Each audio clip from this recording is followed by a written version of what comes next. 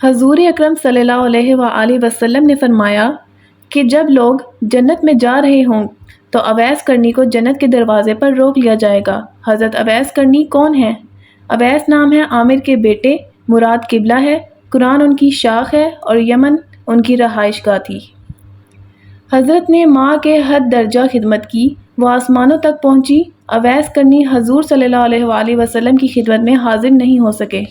جبرائیل آسمان سے پہنچے اور ان کی بات کو حضور نے بیان کیا، چونکہ حضور دیکھ رہے تھے کہ آئندہ آنے والی نسلیں اپنی ماؤں کے ساتھ کیسا سلوک کریں گی۔ ایک سائل نے سوال کیا، یا رسول اللہ، قیامت کب آئے گی؟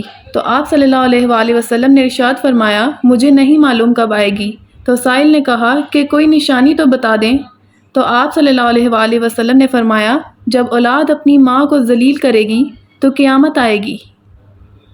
حضور صلی اللہ علیہ وآلہ وسلم نے حضرت عمر رضی اللہ عنہ اور حضرت علی رضی اللہ عنہ سے کہا کہ تمہارے دور میں ایک شخص ہوگا جس کا نام ہوگا اویس بن عامر، درمیانہ قد، رنگ کالا، جسم پر ایک سفید داغ۔ حضور صلی اللہ علیہ وآلہ وسلم نے ان کا حلیہ ایسے بیان کیا جیسے سامنے دیکھ رہے ہوں۔ وہ آئے گا، جب وہ آئے تو تم دونوں نے اس سے دعا کروانی ہے۔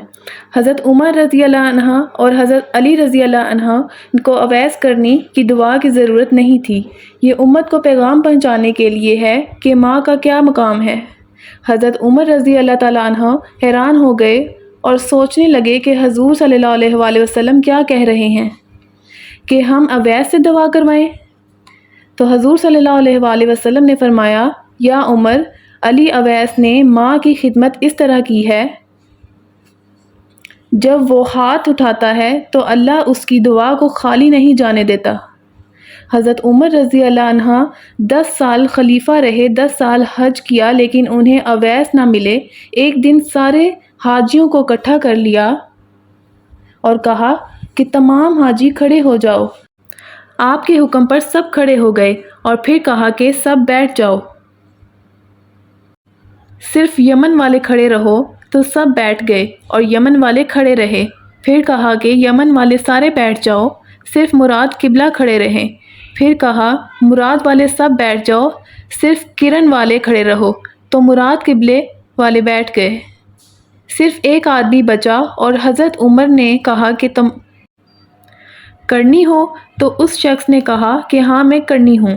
تو حضرت عمر نے کہا کہ اویس کو جانتے ہو؟ تو اس شخص نے کہا کہ ہاں جانتا ہوں، میرے بھائی کا بیٹا ہے، میرا سگا بھتیجا ہے، اس کا دماغ ٹھیک نہیں۔ آپ کیوں پوچھ رہے ہیں؟ تو حضرت عمر نے کہا کہ مجھے تو تیرا دماغ صحیح نہیں لگ رہا۔ آپ نے پوچھا کدھر ہے تو؟ تو اس نے کہا کہ آیا ہوا ہے۔ پوچھا کہاں گیا؟ تو اس نے کہا کہ وہ عرفات گیا ہے اونٹ چرانے۔ آپ نے حضرت علی رضی اللہ عنہ کو ساتھ لیا اور عرفات کی دوڑ لگا دی۔ جب وہاں پہنچے تو دیکھا کہ اویس کرنی درخت کے نیچے نماز پڑھ رہے ہیں اور اونٹ چاروں طرف چر رہے ہیں۔ یہ آ کر بیٹھ گئے اور اویس کرنی کی نماز ختم ہونے کا انتظار کرنے لگے۔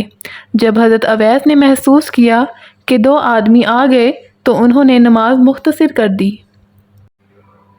سلام پھیرا تو حضرت عمر رضی اللہ تعالیٰ عنہ نے پوچھا کون ہو بھائی؟ تو کہا جی میں مزدور ہوں، اسے خبر نہیں کہ یہ کون ہے۔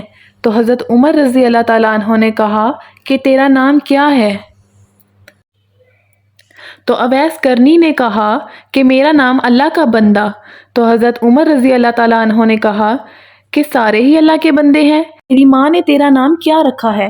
تو حضرت اویس نے کہا آپ کون ہیں میرے پوچھ گچھ کرنے والے؟ ان کا یہ کہنا تھا کہ حضرت علی رضی اللہ تعالیٰ عنہ نے کہا کہ اویس یہ امیر المومنین عمر بن خطاب ہیں اور میں ہوں علی بن ابی طالب۔ حضرت اویس کا یہ سننا تھا کہ وہ کانپنے لگے، کہا کہ جی میں معافی چاہتا ہوں، میں تو آپ کو پہچانتا ہی نہیں تھا، میں تو پہلی دفعہ آیا ہوں۔